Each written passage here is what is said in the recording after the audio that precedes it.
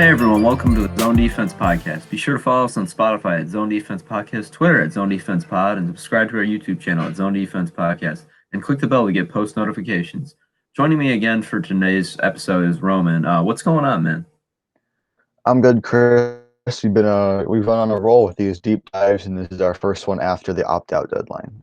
Yeah, we're talking about the probably the most noteworthy one in terms of opt-outs, at least for a couple different teams. We got the AFC East today, and this is a division that I think is one of the weaker ones in football. At least some of the bottom teams, like the Dolphins and the Jets, not very good this year, and they're looking like at a low win total this year. What do you think about this division is going to be the most surprising this year? I think it'll be surprising to figure out where the Patriots could lie in this division. I know just because Belichick's still the coach, many are still considering them to be division favorites. I don't really see it that way, but they could surprise a lot of people by having a good record, not alone making the playoffs. Yeah, I agree with that. I think the Patriots situation could be the most surprising. Well, they could easily be the worst team with all these opt outs, but they could also find some diamonds in the rough, like Belichick always seems to do. So they can end up winning this division and being a really good playoff team as well. So it's going to be really interesting to see where they stand in this division. Which I mean, it's really wide open for them. I mean, I know the Bills are a really solid football team, but they're not unbeatable. And then the other two teams just aren't very good. I mean, I know the Dolphins, obviously, we're going to talk about how they've improved in the offseason, but I really still don't believe they're going to be a great team this year. So I'm kind of just excited to see how the Patriots will stack up with the rest of the teams in this division. But I think if we're going to get into the first team, it's the Buffalo Bills. Last year, a pretty good season in general. Great defense, obviously, getting to the 10-6 mark and basically choke. I mean, it was basically just Josh Allen choking against Houston in a wild card game. I mean, they had the big lead at halftime, and they just fell apart in the second half. They just really couldn't get it done. And I mean, you look at that fluky play that Deshaun Watson had. Basically, he clutched up. He got sandwiched between two defenders, and then was able to dump it down to that running back and get like a 40-yard completion. That was basically the end of the game right there. I remember that play basically just stomping out all Buffalo Bills fans' hearts. So hopefully they don't have a repeat of that this season. But in terms of additions they made, I mean, the key one obviously is going to be the trade for Stephon Diggs. I mean, they had to give up their entire draft class for it.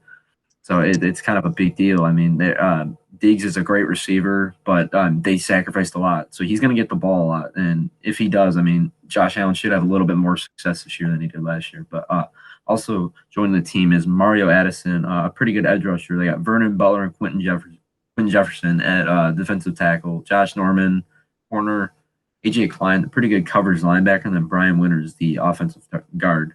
And then in losses, I mean, they had pretty good defensive tackle star Lutule. I don't know how to say his name exactly, but Shaq Lawson, a good edge rusher from going to Miami. Lorenzo Alexander, Kevin Johnson, Jordan Phillips, all losses on the defensive side. But they made additions on the defense as well. So it basically just seems like a moot point there. In their second round pick. It was basically their first pick of the draft because they had to trade away the pick for the first rounder for Diggs. They got AJ Epinenza, which he seemed to be falling in the draft. I actually do really like this pick. I think he's a developmental prospect, and I think he can be a really high-end defensive end for this team. They also added in the third round, they added Utah running back Zach Moss, who's got some talent as well. And then in the fourth round, the other really noteworthy pick was Gabriel Davis, which is a wide receiver from UCF. Not a guy to be slept on. I think he's got some decent talent there. So what do you think about that Diggs trade? I think it was worth it for what they were trying to accomplish. I know kind of Allen never had that big playmaker, and now they have one. Diggs was in a tough situation in Minnesota. He clearly wanted out, and I think maybe Buffalo was one of the perfect fits for him. And yes, they did package a lot, but I think it'll be worth it for Allen's development and just the team as a whole. Yeah, and adding Diggs to that receiving room, I mean, they have John Brown already. They have Dawson Knox at tight end, and then they have Cole Beasley as their slot receiver. So I mean, you look at that core. That's not a bad core by any stretch of the imagination in terms of receiving weapons. They also have the two-headed monster, Devin Singletary and Zach Moss in the backfield, which is not a bad combination either. So the skill position players around Josh Allen are definitely above average in my opinion now. And if he can't take that next step forward, I don't know when he's going to, because I mean, you look at Allen's look at some of his advanced metrics and his completion percentage and stuff. It's all down there in the bottom tier of starting quarterbacks, and even behind some backups. I mean, obviously, I don't think he's that bad, but because you had the running, he's obviously a lot better than that. But in terms of pure passing the ball, he's been abysmal and so far in his career. And I mean, Diggs is a great route runner. He's a great pass catcher. He's a guy that can take the ball deep. He can also take a slant to the house. He can do basically everything you want in a receiver. So adding Diggs is going to be big for this team, and he can definitely help out Josh Allen's completion percentage, and he should. What do you think about Josh Allen as a quarterback? I know I kind of just gave my opinion on him. I don't think he's anything above average, but how do you feel about him? I think he's very talented, and he has one of the best arms in the game, competing with Mahomes for how far you can throw it down the field. I'm looking forward to see if that comes into fruition. But when you look at the whole draft class, the quarterback class that he came in, many will consider him maybe top of that class, maybe just because of the success he had, made it to the playoffs. Besides Jackson in that group, I think it's somewhat of an overstatement, I think, or a mirage, you could say. I think the only reason he makes the playoff is because of the division he's in. But I do think he's talented and will prove why he's one of the better quarterbacks in that class. So I'm not faulting him at all for being drafted into the division he's in. He's going to fully take advantage of that. But I consider him one of the best quarterbacks from that class. Yeah, I mean, I would say so too. I think that class has been generally kind of a disappointment. Besides, obviously, Lamar Jackson has been unbelievable, but I think the rest of that class has been a little bit disappointing so far to this point. Like, I mean, you look at Sam Darnold, which we'll talk about him later. Even look at Baker. I mean, these are guys that just really haven't really stepped up. And I mean, I think Josh Allen has taken steps forward. He definitely has from his rookie season. He was a little bit better last year, but you look at his I believe his deep completion percentage was under 30% last year, which was the worst mark in the entire league. So, I mean, if he can't improve on that with these weapons, I mean, John Brown's a great deep threat, and Stephon Diggs, I mean, obviously he's a great deep threat as well. So, if he can't improve on that, then I don't really know when it's going to happen, but it needs to happen this year for them to really justify his draft price. Yeah, he has the arm strength. It's just a matter Yeah. of the accuracy. I think once he nails that down, he'll be pretty noteworthy in the league. Yeah, I absolutely agree with that. Also on this team, I mean, you just look at it with Trey White not the star corner not opting out. That was huge for them. But I mean, you look at what they added and what they lost. It's basically like I said already before. It seems like they really didn't lose anything. I mean, they lost a couple pretty good defenders, but they really just replaced them with pretty good defenders. So I mean. And then they drafted AJ Epineza as well. So I mean, they really did a good job of just replenishing the talent and not really going like they didn't have to worry about being cap strapped or anything. They were able to cut some they were able to get rid of some decently sized contracts and then kind of just add in replacement players for good contracts as well. So if you look at all that, I mean the Bills, I think they improved a little bit throughout the offseason. I mean obviously adding Diggs is going to be a big help, but other than that, I mean they look like a team that's primed for another pretty deep postseason run in my opinion. I think they're going to improve on last year, at least get to the divisional round. I think that's got to be the goal this year, is just getting a little bit further than next year. But I think this is a team that is like dark horse Super Bowl upside. I really do. I think this is a complete football team. They got the wide receiver one they needed in Diggs, but I mean, other than that, they were a very good football team all around. So I think they build on what they did last year and they get a little bit further. So I'm really excited to see what they can do this year. I don't know how you feel about the Bills in terms of if they actually improved or not this offseason, but I do think they got a little bit better. Yeah, in the grand scheme of things, they definitely got better. For every loss, they made it up with an addition or a draft pick. You call them a Super Bowl contender, a dark horse Super Bowl contender. They're definitely gonna make the playoffs, I believe. And this is a division you can make the playoff. You can win the division with a 10-6, 9-7 record, I believe. So it's not a matter of how they get in; it's just a matter of what they do once they're in. And I think the success this season is all going to hinge on Josh Allen. Yeah, I do too. I think it's up to him if he like I said, if he takes that step forward, I think they have a good chance at being a very good team in this and one of the better teams in the AFC. Which I mean, if you look at it, I mean this division isn't that great. I really don't. I think the NFC is a lot deeper. So I mean the Bills they have it. They don't have a lot of in terms of lower teams. They don't have a lot of teams that can kind of uproot them. It's going to be whether or not they compete with teams like the Chiefs and the Ravens. And I mean, even if you look at like I mean, I would say the Colts are a pretty good team. The Patriots, maybe the Browns or the Steelers. I don't know. I don't think they have a lot of competition in this entire league. I mean, if you look at the NFC, I mean it's a lot. Like I said, I already said this, but it's a lot deeper.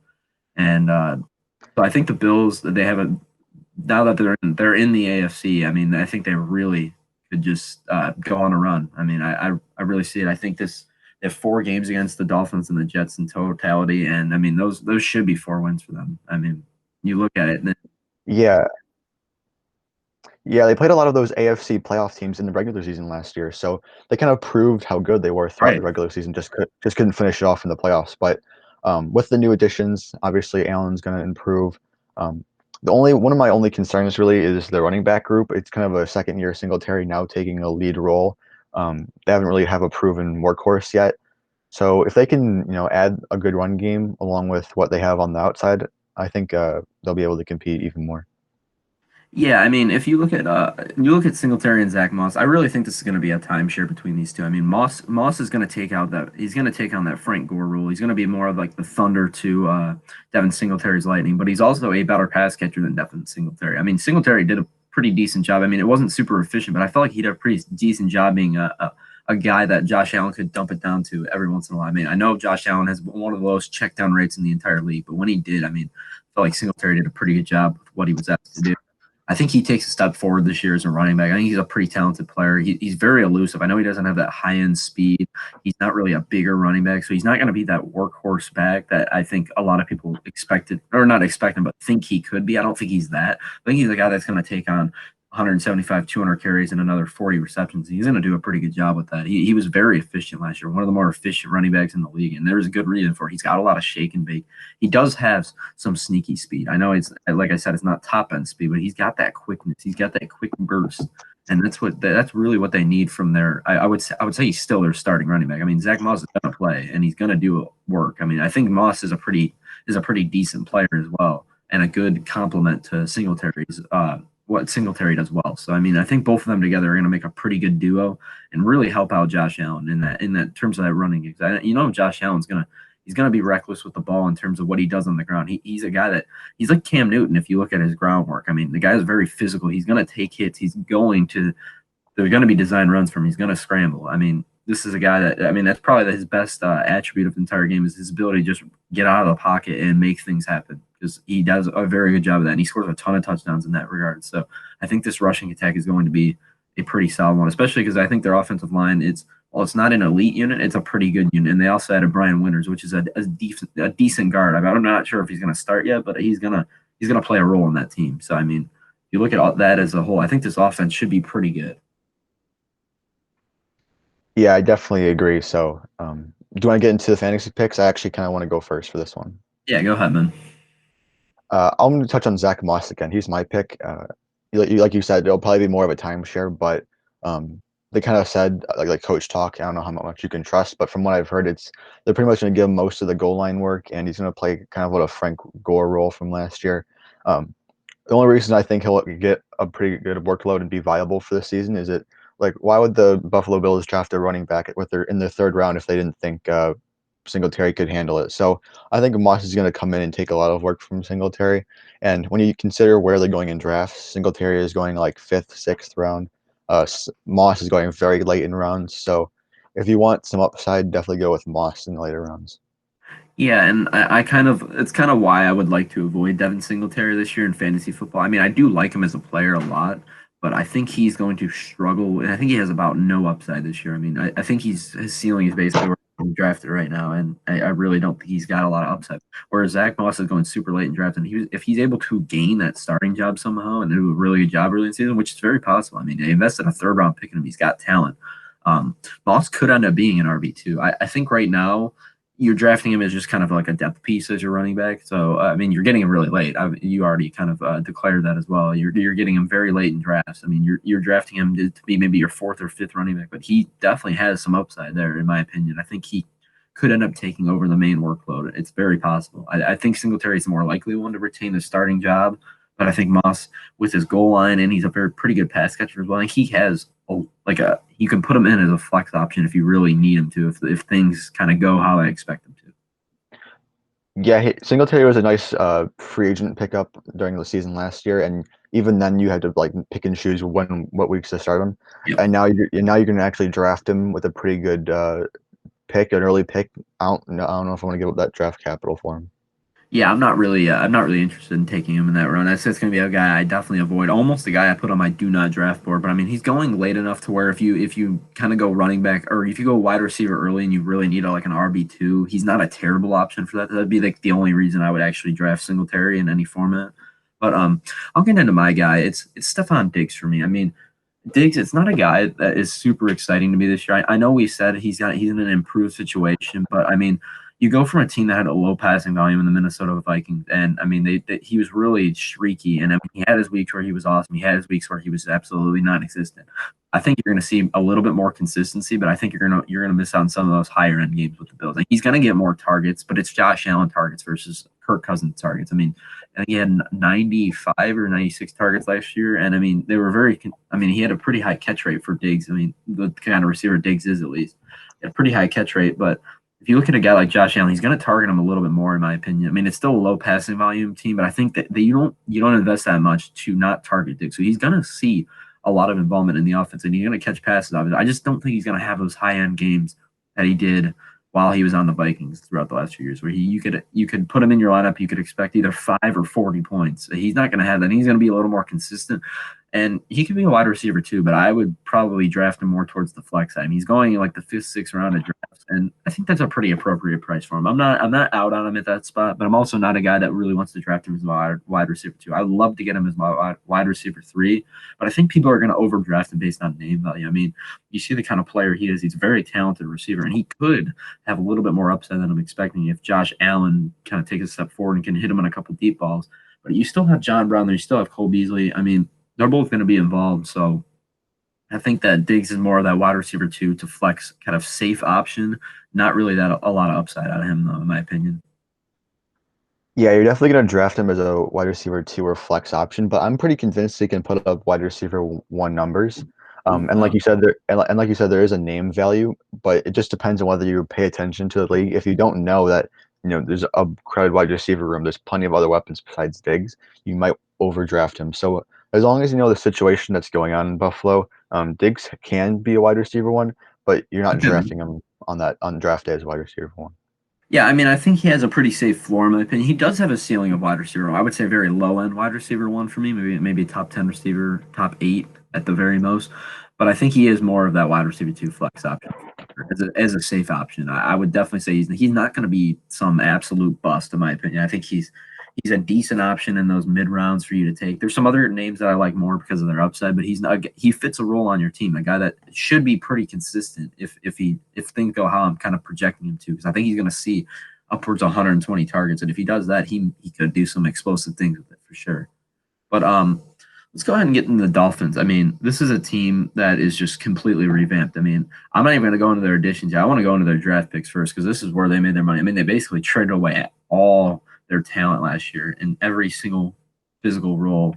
So I mean, they added Tua with the fifth overall pick, and that's going to be the big move to talk about here. I mean, he's a very talented quarterback, a guy that's coming off the nasty hip injury, and I think that Tua can be better than Joe Burrow personally. That's kind of how I believe. I think he has a chance to be out of the league in a couple years if he has a couple more tough injuries, but I also think he has a chance to be something special. And that's what I see in Tua. I think he's one of the best quarterbacks in the last few years, and I think he's going to prove it over the next couple of years. They really did a good job insulating him with their 18th pick. They got Austin Jackson, tackle from USC. The 30th pick, they took the corner. I'm not even trying to say his last name, but Noah from Auburn. Pretty talented corner there as well. I like that pick. Robert Hunt, the guard from Louisiana Lafayette. Raekwon Davis from Alabama.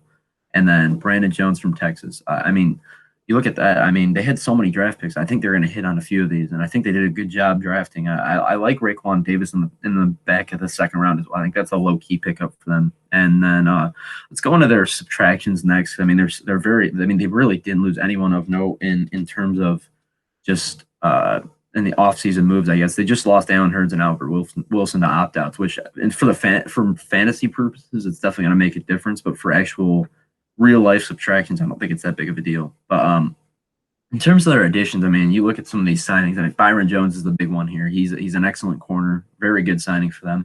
They also added two edge rushers and Kyle Van Noy, Shaq Lawson, both very talented players. They added Eric Flowers, Ted Karras on the offensive line, Emmanuel Agba, another pretty good edge rusher. They also added Jordan Howard and Matt Breida, which they traded for Breida, signed Jordan Howard, both pretty decent running backs. Should be a good thunder and lightning combo. I'm sure we'll talk about them a little bit later. They also added Adam Shaheen, Chester Rogers, and Landon Roberts. So, I mean, which one of these offseason moves was really the most the best move for you? Yeah, there's certainly a lot to unpack with this team, but I'm going to start off with saying Tua is probably the biggest pickup. They were preaching last season, no, tank for Tua, and lo and behold, they actually have a decent run at the end of the season and win a few games. And many fans thought, always, there's no chance we get him now, but they still got him at 5. So, and he got cleared to play. They still have Ryan Fitzpatrick and Josh Rosen on the depth chart. Me personally, I still think they should start with Fitzpatrick at the beginning of the year just because Tua needs more work and more practice since there's a limited off season. But he should be getting some appearances by the end of the season.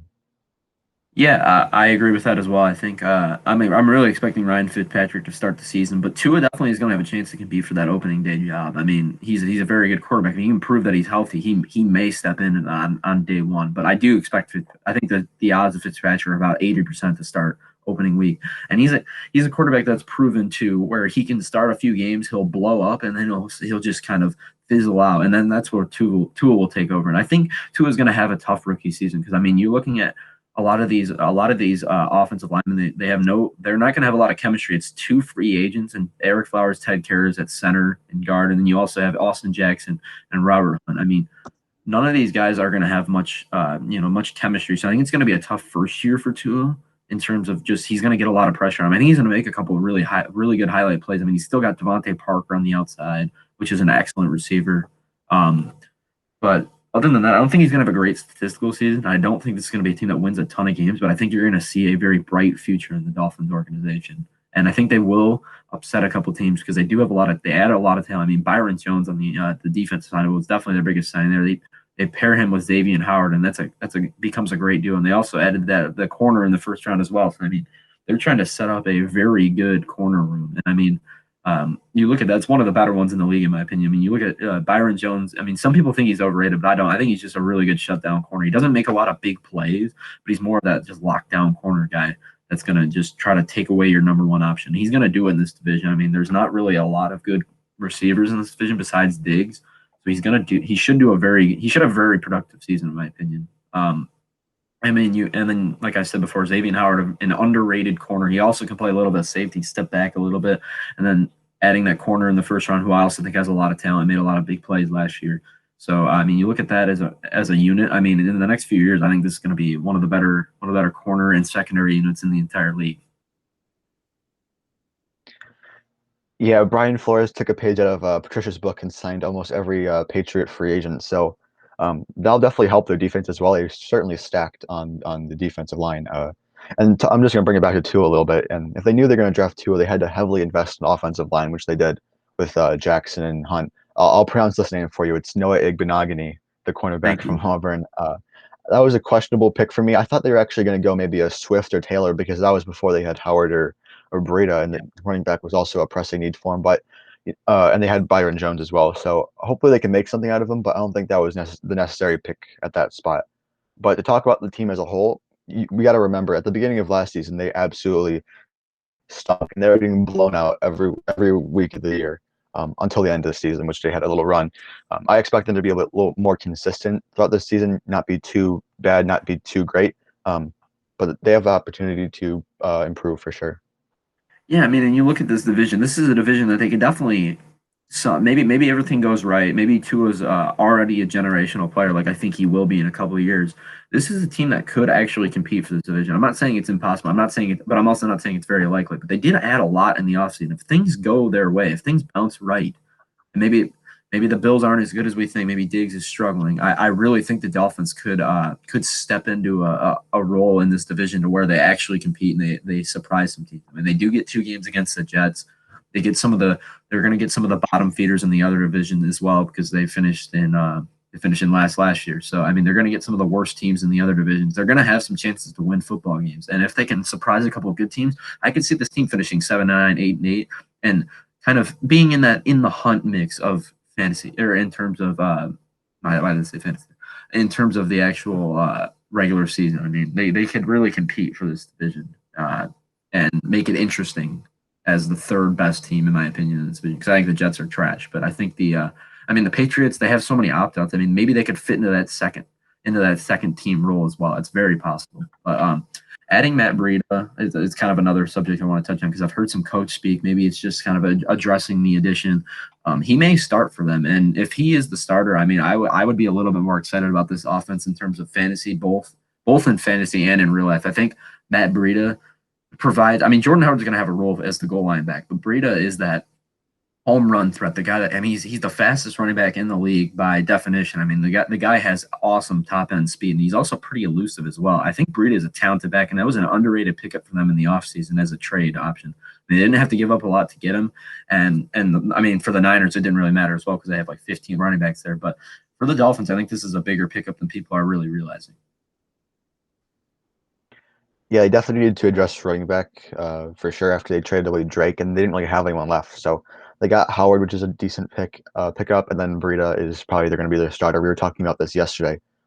Since they lost two wide receivers, they're going to more likely set him out wide, get some more plays, and work in the receiving game because he's more of a receiving back than Howard is, and I think Breida is probably going to be their go-to guy.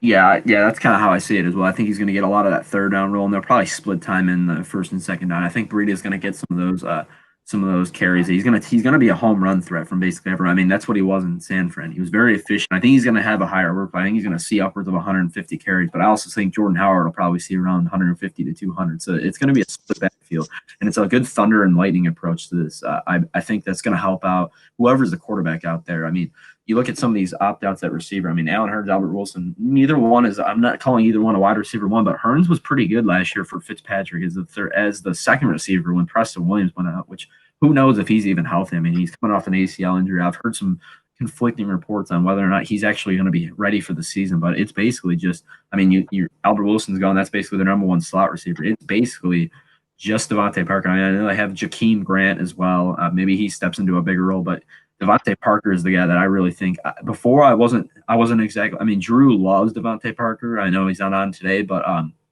Drew is a big fan of Devontae Parker. I didn't really see it as much, but with the opportunity he has this year, both in fantasy and in real football, I expect him to be very good this year, especially if Fitzpatrick starts the year. I think he's just going to pepper Parker basically how he did the second half of last year with targets. Other than that, though, I mean, this offense. I would say they're probably going to be downright average. I mean, I think they're going to allow a lot of sacks with this with the offensive line, but I think they have the air it out approach right, and I think they're going to get some work done in that category at least. Yeah, you talked about Devontae Parker a little bit. He definitely broke out as a wide receiver one last season. Sure did. I still have a little bit worries of whether he can repeat that kind of season. And speaking of Ryan Fitzmagic, like you said, he has a couple good weeks and he's done. So after those weeks or when he's not playing up to par anymore, then what happens? I mean, are they just going to plug in Tua and then risk it, having to put him in a little early, or are they just going to try and feed him the ball or give the ball to other receivers and tight ends? So to see how the offense plays out after we'll see how long Fitzmagic can take it. Yeah, I expect Magic to start for about 6 weeks. I mean, they have a couple tough matchups early in the year, so you can't really fault him if he doesn't have good performances. But if he starts to struggle in some of the like week 4, week 5, week 6, that's when they're going to start thinking about putting Tua in my opinion. I think he's going to start basically the second half of the season, and I think he'll do all right in terms of the passing. I mean, Devontae Parker, if he just throws it up to Devontae Parker, that guy's a great jump ball receiver. So, I mean, you can't really go wrong with that. He had excellent. I mean, like you said before, the breakout was real for Devontae Parker. He went from a guy that seemed like a bona fide draft bust for the Dolphins, but last year he was unreal. I think he regresses a little bit from that because it's pretty hard. He had some pretty awesome standalone numbers. I expect him to regress a little bit, but still be a very solid receiver in this league. And I'll get into him for fantasy right now. I believe he's more of the wide receiver 2 kind of kind of guy that I like for that. I mean, you draft him as like a wide receiver 3. I think he's definitely got more ups than that. I think now with all these opt-outs, he's being undervalued in drafts. So if you're drafting soon, like we are next week, I'm definitely going to be trying to take my shot. Devontae Parker is my wide receiver 2 or 3. I think he's got upside to be another a wide receiver 1 again this year. I mean, he was so dominant last year, and if Fitzmagic starts the entire season, which I don't project it, but it's very possible, he could be a top 5 receiver again. I think Parker is being appropriately drafted where his ADP is. If you look at where he's going around Sutton, and I think Sutton has a lot of similarities with Parker, as if they both had great seasons, but there's other variables that I don't think will let them progress. They'll probably regress quite a bit, and they will probably stick to their wide receiver 2 flex value. Maybe not anything more than that. But I'm gonna touch on another player on the offense. It's Mike Gesicki, and I'm still have a little mixed feelings about him. Because at the end of last season they had Preston Williams obviously off the field, and that's kind of where Gesicki stepped in a little bit. At the beginning of this season, they might have both, and I don't know if Gesicki will be as good as he was without him. When Preston Williams is on the field, Gesicki might not perform as well. But I definitely see him as a tight end who's a late round target, late round upside pick. I'd rather have a guy like Hurst over him, but if you get Gesicki late, he's kind of going around where Fant and Hawkinson are. I think it's very appropriate for him, and I think he has a chance to break out, and hopefully he can perform with Preston Williams on the field. And let alone they lost several offensive weapons, so they're going to target him probably a lot more. Yeah, and I mean the reports I'm seeing right now, like I said earlier, Preston Williams doesn't sound like he's going to be ready for Week 1, and if he's not, I smash Devontae Parker and Mike Gesicki early on in the season. I'm willing to draft both of these guys just for what they can do right at the early part of the season. Because I mean, Parker's going like around the 6th round, and that's kind of what I'm saying. Like, I think he's being a little undervalued. Like you can piece it together. Maybe you can trade him away if Preston Williams comes back, but I still think he's going to have a wide receiver 2 flex value when he does come back. I think he's a locked and loaded high end 2 or number 1 receiver if Williams is out, which I expect him to be out for at least the first few weeks of the season. But on Gesicki, this is why I'm not really drafting those mid-round tight ends in there like Austin Hooper and Hunter Henry, because I would rather have a guy like Mike Gesicki. I mean, he's not a guy that's a locked and loaded tight end, top 5 tight end, but he's a guy that could finish in the top 5. And he's not by no definition of explosive playmaker after the catch, but he's a guy that can catch the ball pretty effectively.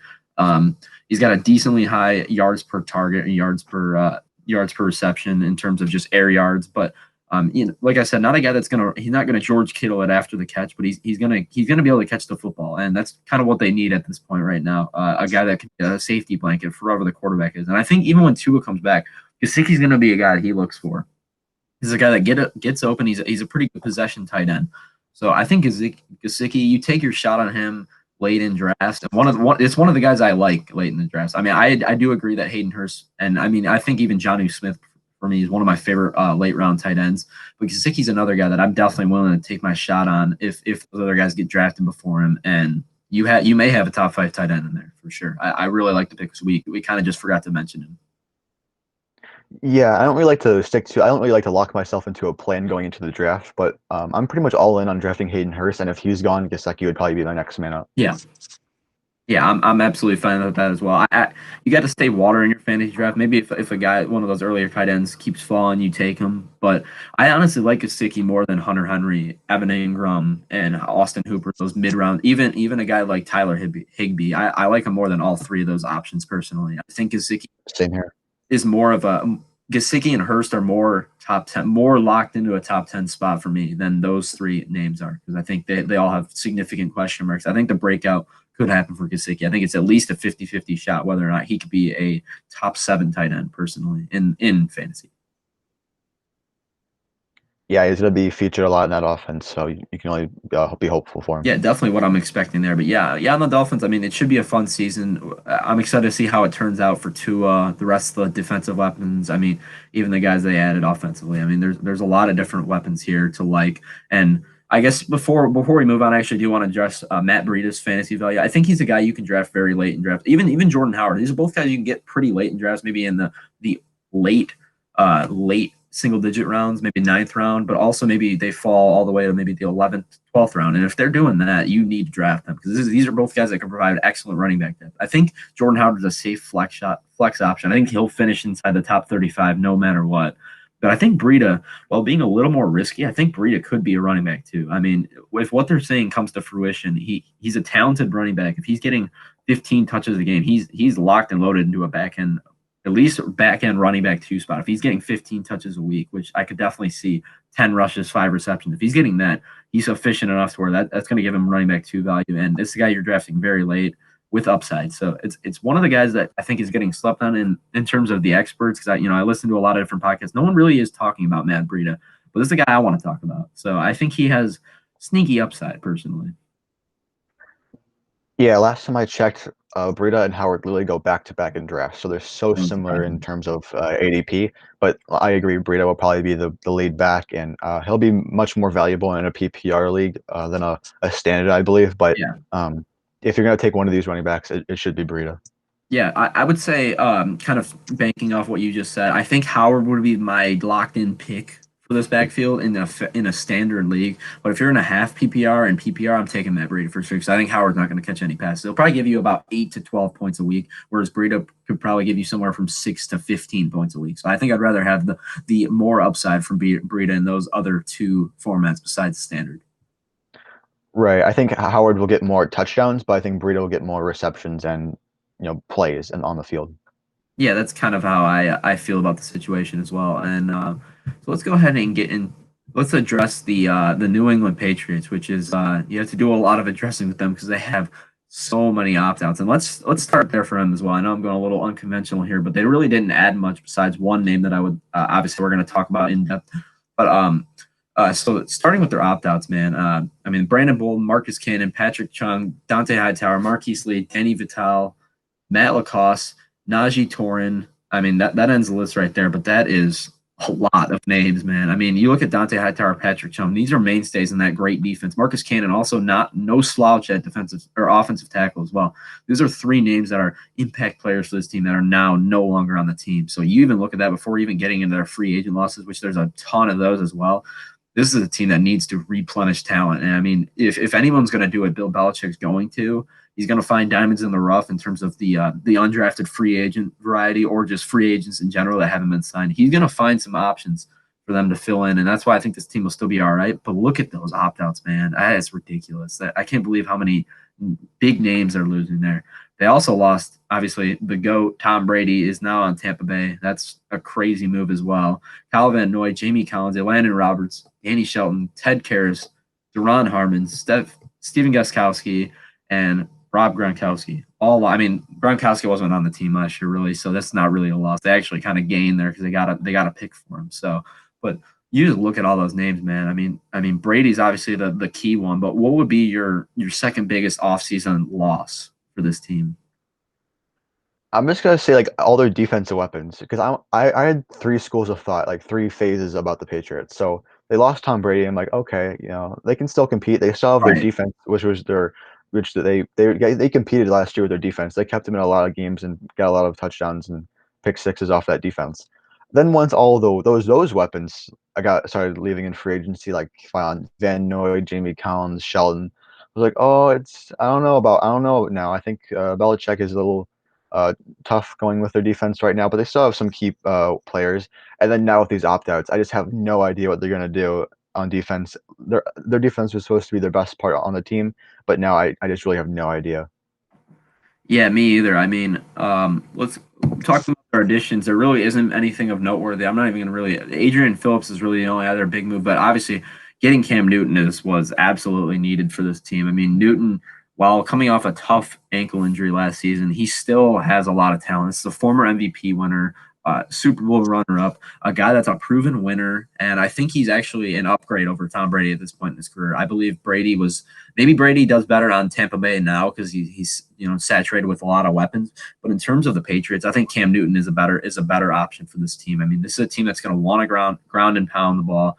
Cam Newton can run the ball as well with his leg. Maybe he'll run a little less because of the ankle injury from last season, but I think he's still going to run effectively for this team and can provide a little bit of upside for this offense. But I mean, they have Sony Michel, Damian Harris, James White, Rex Burkhead. They're going to run the football a lot. I mean, those are options that they're going to get the job done at least to some extent. I don't think Sony Michel is that great, but Damian Harris may be a guy that has some sneaky sneaky playability in this offense. I think he's going to get a lot more work than he did last season. So they have the options in the running game. They still have a pretty decent offensive line. So I think the offense could be pretty decent. I mean, they have Edelman. They still have N'Keal Harry. I mean, they have Mohamed Sanu as well. Those are, I mean, they're not great options, but they're not the worst receiving core in the league, in my opinion. So I think the offense can be pretty good, but I'm very worried about this defense now. They did add Kyle Duggar, Josh Usay, Anfernee Jennings, and then the two tight ends and Devin Asiasi, Dalton Keene. Really the noteworthy moves that they made in the offseason in terms of the draft.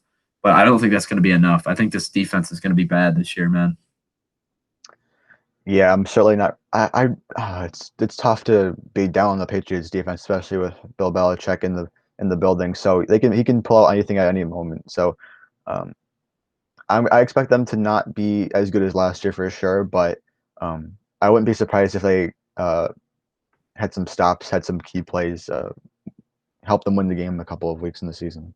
Yeah, I mean they still have a pretty good secondary. You go look at the McCourty brothers, and then obviously Stephon Gilmore. That's still a very elite secondary. You know, I'm just worried about that front seven. Losing Jamie Collins, losing Dante Hightower. I mean, even Patrick Chung is a pretty good safety that can stop the run a little bit. Kyle Van Noy as well, and that's a lot of losses. I mean, they only really placed him with Josh Usay and Anfernee Jennings, which are two rookies. I think Uche is going to be a pretty good player, but I don't know how well he's going to fit in his rookie year. So I mean, I'm definitely worried about that. And then Kyle Duggar, I mean, I don't really know a lot about this guy. He was a second round pick from Lenore Rhine, which is not a D1 school. So I mean, who knows if this guy has a legit talent? But I mean, Belichick, if anyone's going to find a diamond in the rough, it's going to be Belichick. I'm just very worried about that front seven. I think they're going to struggle this season. A guy that I wouldn't mind the Patriots picking up. I mean, if they're going to kind of approach, I mean, they still have their secondary mostly intact besides Patrick Chung. I wouldn't mind a Logan Ryan signing from them. I know he's played with them before. He's one of the better corners in the league, in my opinion. It would make a pretty good addition to this secondary. Maybe they run a little nickel defense. He fits in pretty nicely with them, though. I would not be stunned if you saw a Logan Ryan signing. Yeah, for sure. He knows the system, and I'm surprised Yeah, he's still out on the market right now. me So too, man. there's definitely some players out there that the Patriots could pick up and just help them in the season. You know, Jadeveon Clowney's still out there, but I doubt they're going to sign him. But um, they need a little bit of help for sure. Yeah, they certainly do. I mean, yeah, like you said. I mean, Clowney doesn't really fit the scheme, but at this point, I mean, he's a talented player. I do think he's overrated, but he's still a talented player that could make an impact. And at this point, they really just need that. I mean, you look at they lost so much. They lost a full defense, basically, in my opinion. I'm just keep looking. I mean, they even lost Danny Shelton too, which is their defensive tackle last year, and they lost Deron Harmon as well, which was their other safety. So I mean, like at what point does it become too much in terms of lost weapons on defense? I don't know how you fill that many holes, but like I said, man, it's so hard to doubt Belichick. I mean, he's done it before. He's proven that he can be a very good coach for such a long time, probably the greatest coach of all time. But so if anyone's going to get it done, it's him. But this might be too much to overcome. I think they may be picking pretty early next year. Yeah, I don't want to be the guy to bring up conspiracy theories, but do you think Tank for Trevor is going on in that building? Anyone wants to take the tank You for know, Trevor? I wouldn't be surprised if it was. I do think there's a decent chance of that. That's what the entire situation here is. Just they're just going to tank for Trevor Lawrence, man. I mean, if they get Trevor Lawrence, they could go right back into Super Bowl contention right away. Because I think he is one of the most NFL ready quarterbacks prospects that have been even around since I've started watching football, which was around 2005, 2006. He might be one of the best. I could see him being one of the best quarterbacks in the league his rookie year already with limited weapons. I could absolutely see it. NFL fans around the world would throw a fit if that happened. If they are the Yeah, Patriots got Trevor. I wouldn't be happy. I mean, it is good for the league though when the Patriots are a good football team. I don't like the Patriots. I know I'm kind of taking a couple digs at Drew. He's a Patriots fan, and fortunately for him, not a very good guy because he likes the Patriots. Um, I mean, getting Trevor Lawrence there wouldn't be the worst thing in the world just for the league as a whole. I mean, having the Patriots be a good team and having people that hate them all the time, it's good for the league. I mean, it gets a lot of buzz going. They bring in one of the highest media presence in the whole league because they're so successful. And adding Lawrence would be another way for them to do that. I know Belichick isn't interested in any of the press stuff or any coverage with this team. He would rather just be locked in a box and coach with no one that could see him or hear him talk, and he'd still win Super Bowls that way. But I mean, if he wants Lawrence, he's going to get them. So if that's how he's thinking, they're going to be a bad team, and he's going to end up with them. And I wouldn't be surprised. Yeah, there's certainly going to be a lot of coverage on this team for various reasons. Just because people want to see the downfall of the dynasty. If that happens, can they succeed with either Cam Newton or Stidham at quarterback? Which I kind of want to touch on a little bit, the Cam Newton situation. I might not be a person who thinks it's a total lock. I think it'll be a true competition for the Oh, quarterback really? spot, and they didn't really invest a whole lot into Newton, but I think he deserves the starting job. But I truly don't think it's like a lock at this moment. Oh, I absolutely think it's a lock. I feel you don't bring in Cam Newton if he's not going to start for you. I mean, I could see Stidham being a mediocre starter in this league, but he really doesn't have the upside for more. I think Cam Newton, if he's going for any sort of playoff run, he's going to have Cam Newton as a starter. They're not going to win anything with. If Stidham's in the game, they're tanking for Trevor Lawrence because I don't think he's very good. But Cam Newton, on the other hand, he could be bad. I really don't know. I mean, the last time we saw him on the field, he wasn't very accurate, but that was with the foot injury. If he's fully healthy, though, I would expect Cam Newton to really easily win this job and play pretty well through it. I'll keep going into Cam Newton when I talk about the fantasy picks for this team. With not a lot of picks here, I'll go with Cam Newton. I think he's a guy, another quarterback you can draft pretty late in drafts, and a guy that has a lot of upside. I mean, if you're drafting him, he may not be a locked and loaded QB1, but he has the upside to be a top 5 quarterback. I mean, he's proven it year in and year out. I mean, he used to be one of the first quarterbacks off the board every year, and he was usually a pretty good pick for teams. I mean, he had a lot of top 5 finishes, a very consistent rushing attack for him. Not a lot of touchdowns are going to be – not going to throw for a ton of passing touchdowns, but he wasn't going to anyway with Carolina, so it doesn't really matter. It's all about the rushing. If he can continue to scramble, get like 6 to 7 touchdowns, he's going to be a QB1 no matter what he does through the air. I mean, he's going to throw for probably 3,500 yards and 20 touchdowns. But if he can add 506 on the ground, he'll be a quarterback one, no doubt about it for sure. All he's got to do is throw for 1 touchdown a game. Then if he runs for 60 yards or a touchdown, you're going to be fine with what he does.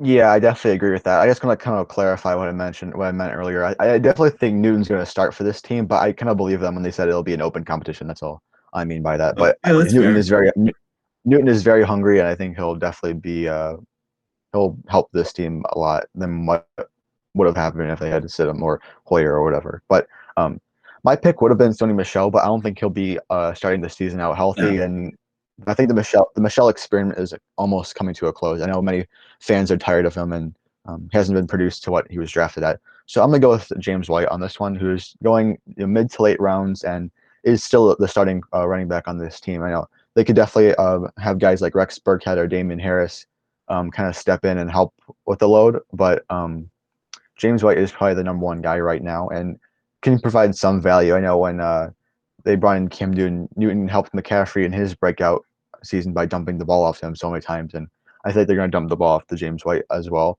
So like kind of the same thing with Breida. If you're in a PPR, definitely go with James White. But I think James White is also just going to be a good running back for the team. Yeah, I mean, with James White, it's just it's tough because he had that one really good season where he was a top 12 running back. But over his career, the more of that flex option, just really safe. It's not a guy I love to draft usually. And probably a guy I would be on my avoid for most seasons. But with coronavirus going around, and if a team gets an outbreak, this could be a guy that is an important cog on your team just to fill in for a bye week or something. Just when if you get hit with a couple illnesses or injuries, this might be a guy that you need to draft as a depth piece this year. I actually am more in on drafting White than I normally would be because you could probably get him around that 10th round. He's going to give you flex value every week. He's probably going to give you 8 to 10 PPR points no matter what he does.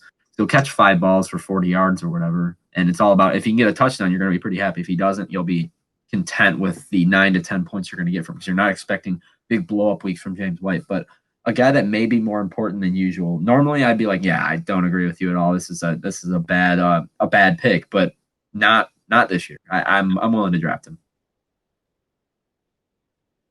Yeah, it's a tough situation for that backfield. No, I wouldn't draft White normally any other season as well, but I think he provides more value than normal. Yeah, I do as well. We can go ahead and get into the Jets now. I mean, this is definitely going to be the worst team in the division, in my opinion. I mean, they were 7-9 last year, which on paper looks great, but I have no idea how they won 7 games with this football team. They were horrible last year, man. And just watching Jets football last year was an absolute disaster. I think this was one of the worst teams in the league last year. I physically do not know how they won 7 games. and they had one of the easiest schedules as well. So I mean, winning 7 games really isn't anything to write home about.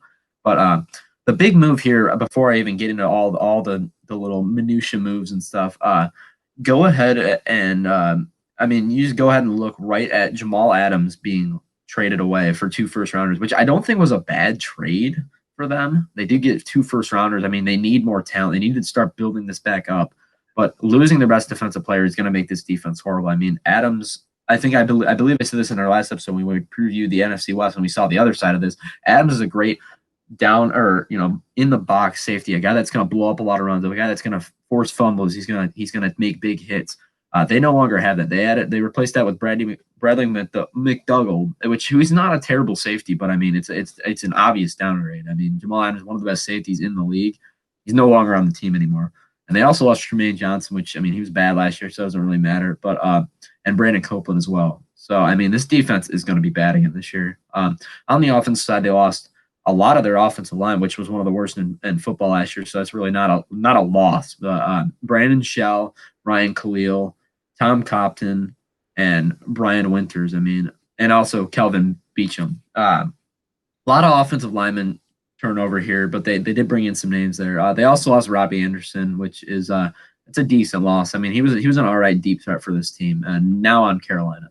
But in terms of players they added, George Fant, Connor McGovern, and Greg Van Roten are going to be, I would say, the biggest key additions for this team. I mean, they needed to improve the offensive line. Hopefully, these three can step in with their first-round pick in Mekhi Becton, and this can be at least a functionable offensive line rather than being the worst one in football like they were last year. But other moves they made, I mean, the veteran Joe Flacco, the veteran Frank Gore, not really big moves there. And Brashad Perryman could be a decent acquisition for them. I mean, he proved that he has some talent. I mean, a former first-round pick from the Ravens.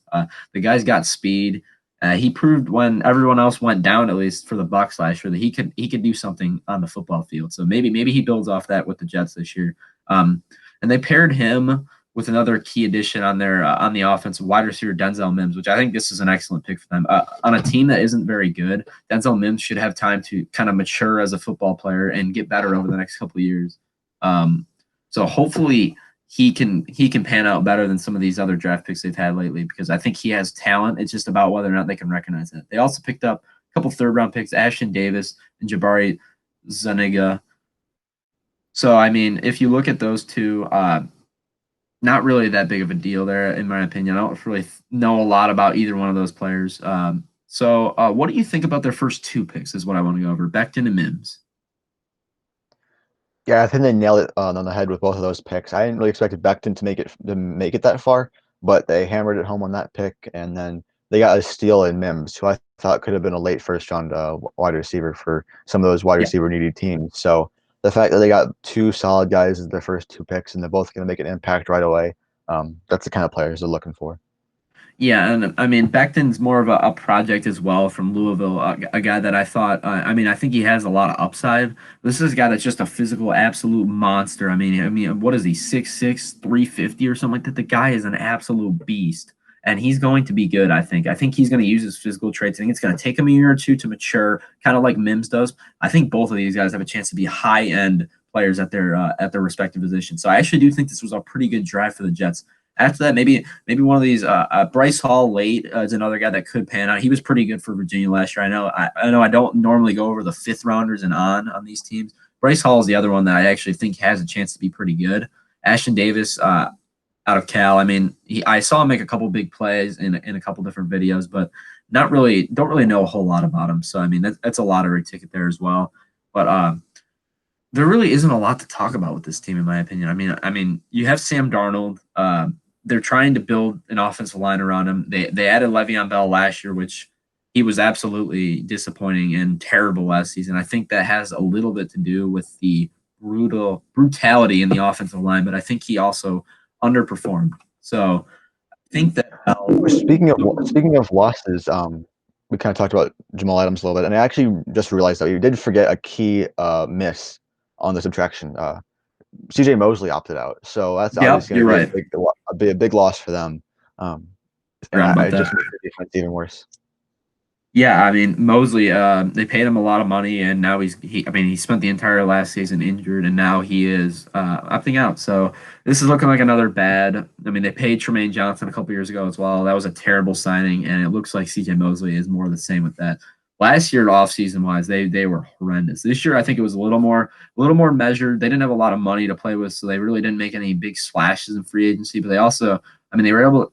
They didn't have to pay Jamal Adams like $18 million, which I think that would have been a bad contract, and they did get something for him, which is 2 first-round picks. It's nothing to squawk over. Just hopefully Seattle isn't as good as they're supposed to be. If they can falter to maybe just a fringy playoff team or something, which is very possible with that offensive line, then the Jets might win this trade because they need 2 mid-first-round picks for him. May not, without having to pay him, it could pay off. You never know. I mean, this is a team that I think they're going to be really bad this year. I believe Adam Gase is going to get fired, and then they're going to rebuild it from there. And I think they're going to trade or let go of Le'Veon Bell after the season, no matter really what he does. I actually do think Bell. I mean, I think he's a solid running back. He had a terrible season last year. Was one of the worst starting running backs in the league last year.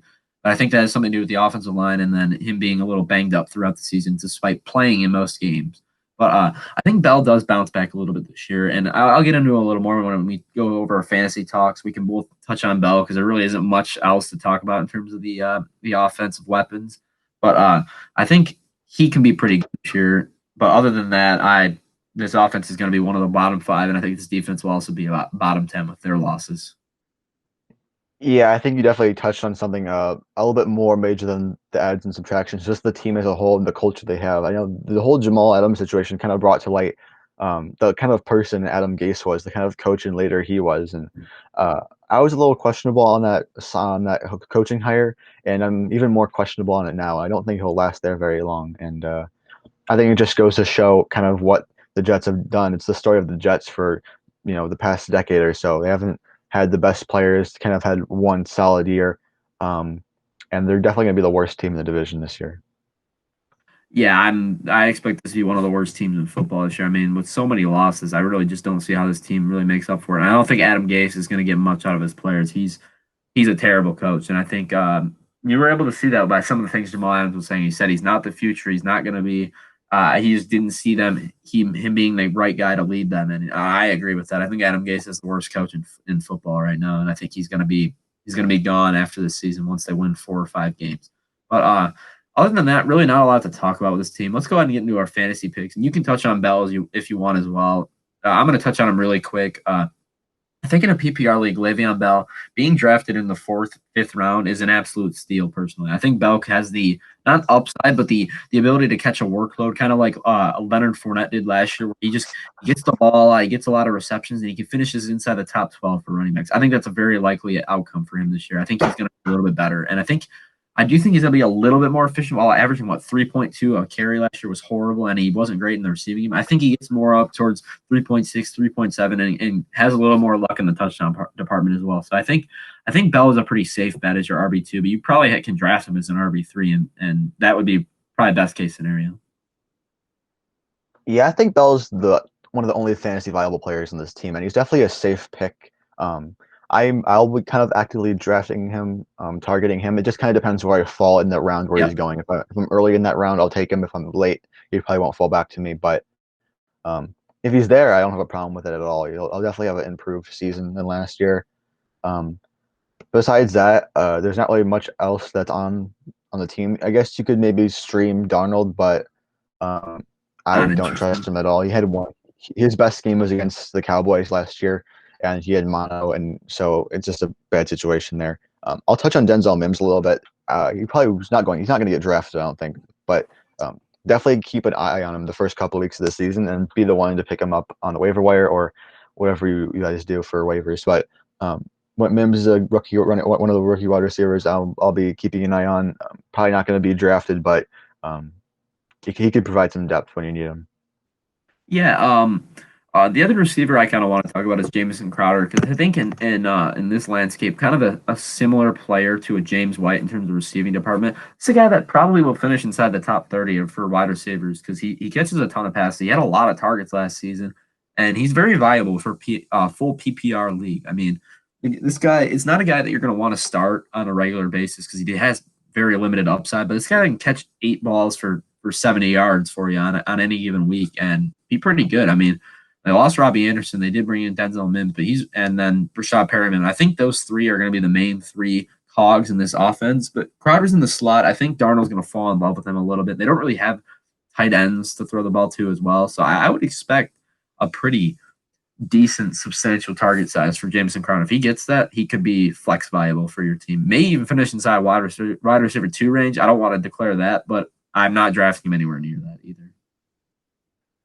Yeah, Crowder is the only wide receiver that's getting drafted, and I just think Mims has more upside. And you did mention they have no tight ends, but I think Chris Herndon will be a nice tight end pickup, whether you get him very late in drafts, depending on how many bench spots you have, or you can just pick him up also off the waivers. He's the only viable tight end on this team, and he did provide some value last season, even though he kind of had a little injury bug. But I think he's actually going to be a decent option. Obviously not a go-to. There's plenty more tight ends I like, but if you're gonna go tight end really, really, really late, Herndon's gonna be there, so you can take a chance on him. Yeah, that's definitely fair. If we don't have any other talk, let's go ahead and get into our how we expect the records to break down. So I guess I'll start it off.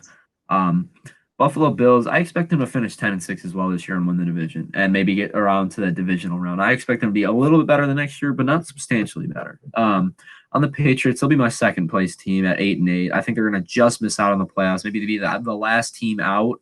I think they're going to compete for a playoff spot, though. And then the Dolphins, I'll say 6-10 for them. I think they're going to be a fun football team to watch. They're going to be consistently bad, but not awful, like the Jets will be at 4-12. I think they're going to be horrible.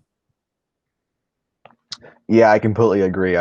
Bill is going to be 10-6, like you said, win the division. That's definitely in play. They'll have to be more competitive, I think, than last year. Even though they should have won that game, they could have closed it out. They just kind of got a little unlucky at the end. Miami, I think they'll be 10-6, like you said, but just more consistent throughout the season, not get blown out as much as they did last year. Patriots, probably going to be 8-8, 7-9. Nothing too special about there. Maybe if Cam Newton has a really good comeback season, they could make some noise, but I'm not really expecting it right now. And then the Jets, their over under is 7 wins, and I don't see that as being possible at all. They'll probably finish definitely worse than that. So who knows? Definitely not the worst team in the league, but they're not going to hit 7 wins.